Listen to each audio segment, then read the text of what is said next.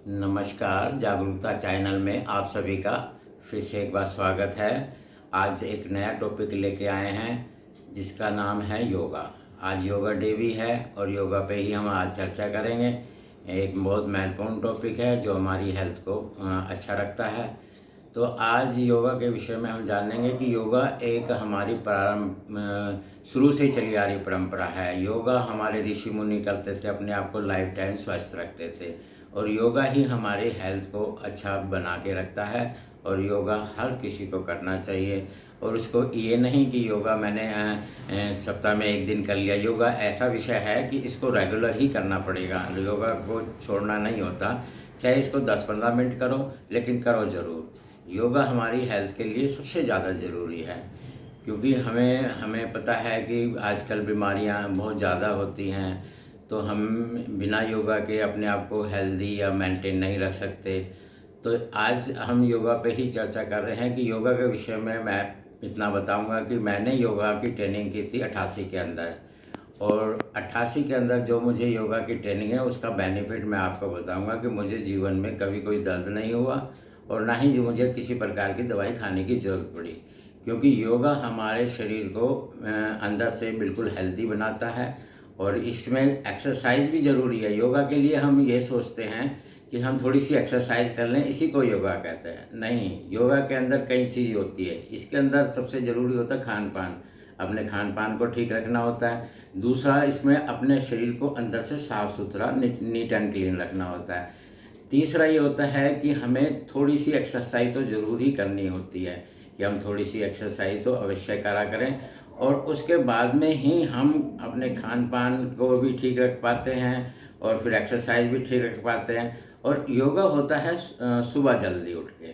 अगर हम योगा शाम के समय कर रहे हैं उसका उतना अधिक बेनिफिट नहीं होता। योगा होता है सुबह बिल्कुल सूरज निकलने से पहले, और ग्रीन एरिया में यानी पार्क में जाके ही 10 मिनट करें, 15 मिनट करें, लेकिन 10-15 मिनट से ही आपको बहुत अधिक बेनिफिट होता है।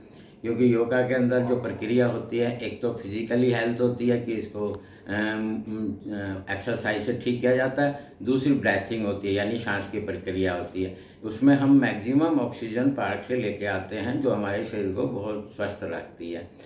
तो हम आज इतने हैं बताएंगे कि योगा के अंदर ये एक ऐसा प्रोसेस है, क्योंकि बीमारियां को अगर कंट्रोल करना है तो योगा के थ्रू ही कंट्रोल करना पड़ेगा।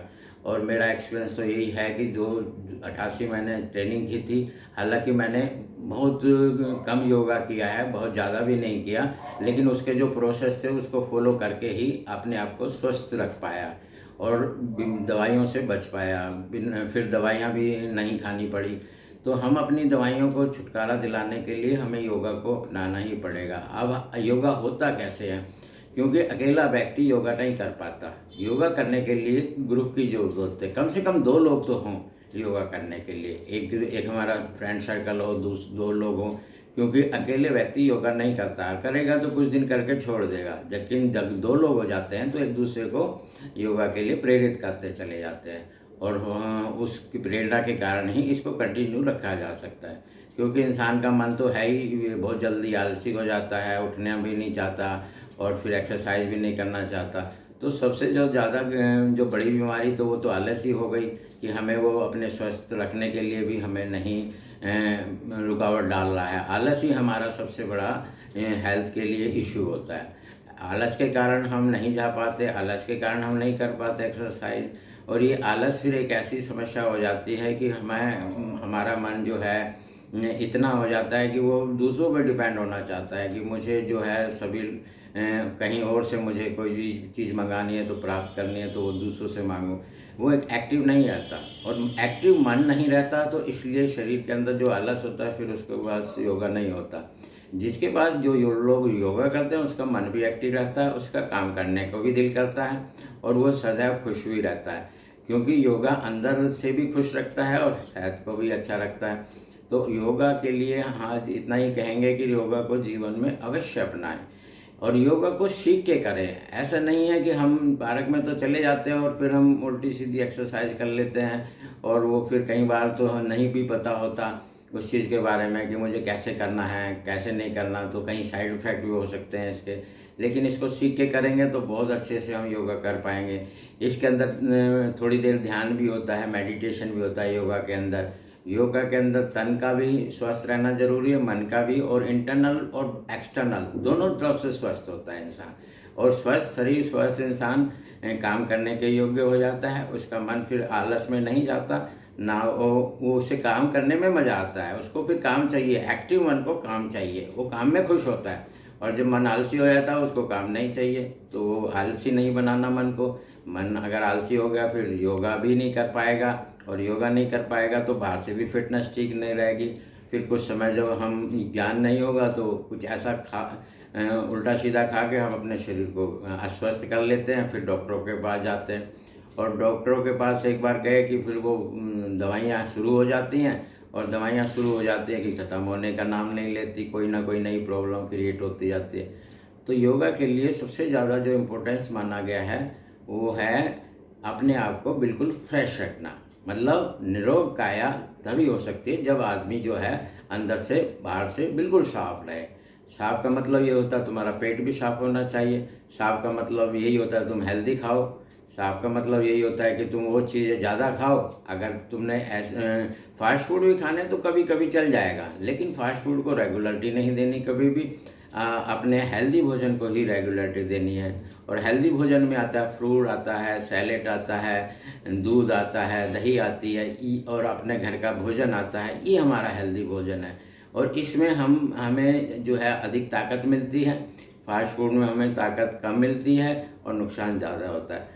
तो हेल्दी जीवन जीने के लिए पहले तो खान पान बहुत अच्छा होना चाहिए, हेल्दी खाना खाना चाहिए। और दूसरी बात है, अगर तुम्हें फास्ट फूड भी खाना हो तो कभी कभी से कोई दिक्कत नहीं है, वीकली खा लो या महीने में एक आध बार 2 बार खा लो, ये तो चल सकता है। लेकिन अब रेगुलर ही अगर फास्ट फूड में डिपेंड हो जाओगे तो जो शरीर को अंदर से साफ नहीं रहने देगा, और अंदर गंदगी बढ़ती है तो एक नई बीमारी जनरेट हो जाती है।